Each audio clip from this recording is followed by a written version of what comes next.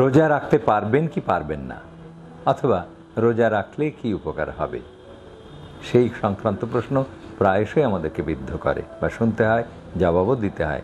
যদিও ডাক্তার কখনো মৌলানা বা মৌলবি না, কিন্তু ধর্মীয় দৃষ্টিকোণ আলাদা। আমরা বলি স্বাস্থ্যগত দিক থেকে রোজা বা ফাস্টিং বা উপবাস দেহের জন্যে অত্যন্ত উপকারী। আর রোজার যে বিধান, যে একটা নির্দিষ্ট সময় খেয়ে নিয়ে তারপরে অভুক্ত থেকে এবং সব রকমের দুশ্চিন্তা বা খারাপ চিন্তাগুলি মনের ভেতর থেকে দূর করে রেখে পরিশুদ্ধ মনে আবার সন্ধ্যাবেলায় আবার অল্প কিছু খাবার গ্রহণ করা। মনে রাখবেন, অল্প কিছু খাবার গ্রহণ করা, এইটা হলো রোজা। তো রোজা উপবাস অন্যান্য উপবাসের চাইতেও অনেক ওই জন্যেই গ্রহণযোগ্য এবং আধুনিক হয়েছে।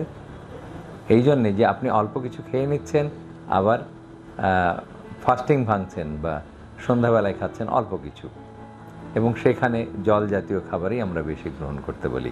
তাহলে রোজা মানসিক এবং নিয়মতান্ত্রিক সাংসারিক একটা উপকারী আচারে পরিণত হয়েছে। এই জন্যে যে আপনাকে নির্দিষ্ট সময় উঠতে হচ্ছে, নির্দিষ্ট সময় উঠে আপনার হাত মুখ পরিষ্কার করে অল্প কিছু খেয়ে নিয়ে আবার দিন শুরু করলেন, এবং দিন শেষে আবার অল্প কিছু খেয়ে সন্ধ্যাবেলায় আপনি অভুক্ত থেকে আবার খাওয়া দাওয়া শুরু করতে পারলেন। এটা তাহলে একটা শৃঙ্খলাবদ্ধের মধ্যে নিয়ে আসলো। আর উপকার, যদি স্বাস্থ্যগত উপকার বলেন, আমাদের এই অতিরিক্ত খাদ্য গ্রহণের ফলে আমরা যখন মানে ভুক্ত থাকি, মানে সারাক্ষণ খেতে থাকি, তখন নানান রকমের জৈবিক বিষ আমাদের শরীরে জমা হতে থাকে। আমরা যদি মাঝে মাঝে না খাওয়ার অভ্যাস করি, এইভাবে দীর্ঘ 14 ঘন্টা 15 ঘন্টা 16 ঘন্টা না খেয়ে থাকার অভ্যাস করি, তখন এই জৈবিক বিষগুলি আমাদের নিষ্ক্রিয় হয়ে যাবে বা শরীর থেকে দূর হয়ে যাবে।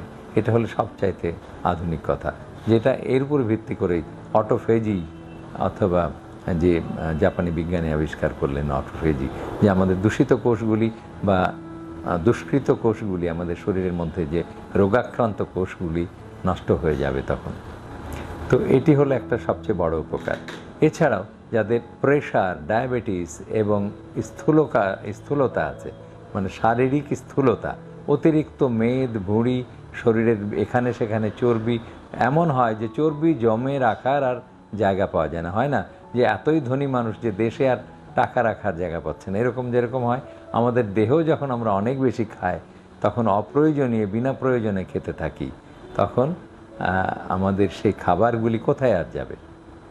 সেই টাকাটাও তো আপনি বিদেশে পাঠিয়ে দিতে পারছেন, কিন্তু দেহের চর্বি দেহের মধ্যেই জমা হয়ে থাকবে এবং এটা কোনো কাজে আর লাগবে না।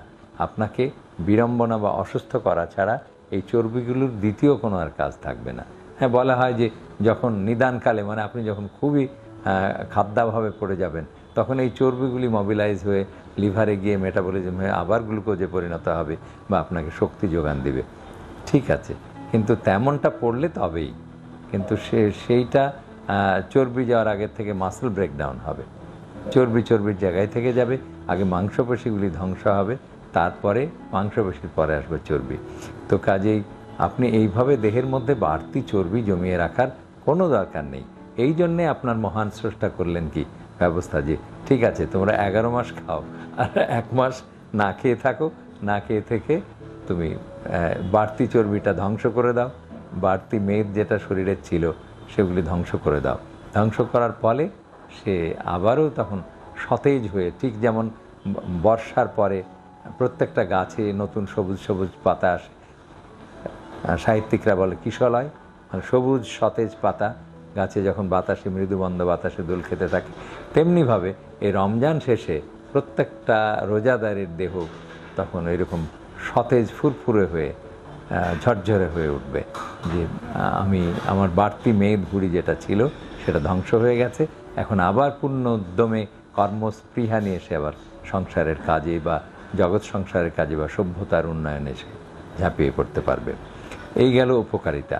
এছাড়াও যাদের প্রেশার আছে তাদের তো রোজা রাখতেই হবে, ডায়াবেটিস রোজা রাখতেই হবে, কারণ রোজা রাখলেই তার এইগুলি নিয়ন্ত্রণে আসবে। এছাড়াও আমরা যারা ইউরোলজিস্ট, কিডনির পাথর নিয়ে কথা বলি। অনেকের ধারণা যে পাথরের রোগীদের অতিরিক্ত পানি না খেলে আবার পাথর হবে। একদম ভুল ধারণা।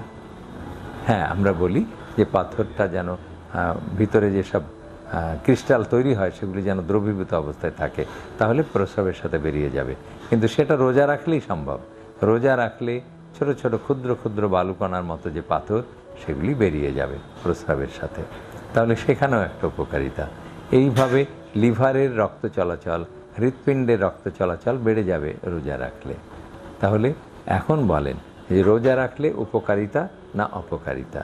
রোজা সবসময় আপনার দেহ এবং মনকে সতেজ এবং ফুরফুরে ঝরঝরে করে তুলবে এবং পরবর্তী 11 মাস আপনাকে আবারও কর্মচঞ্চল হতে সাহায্য করবে।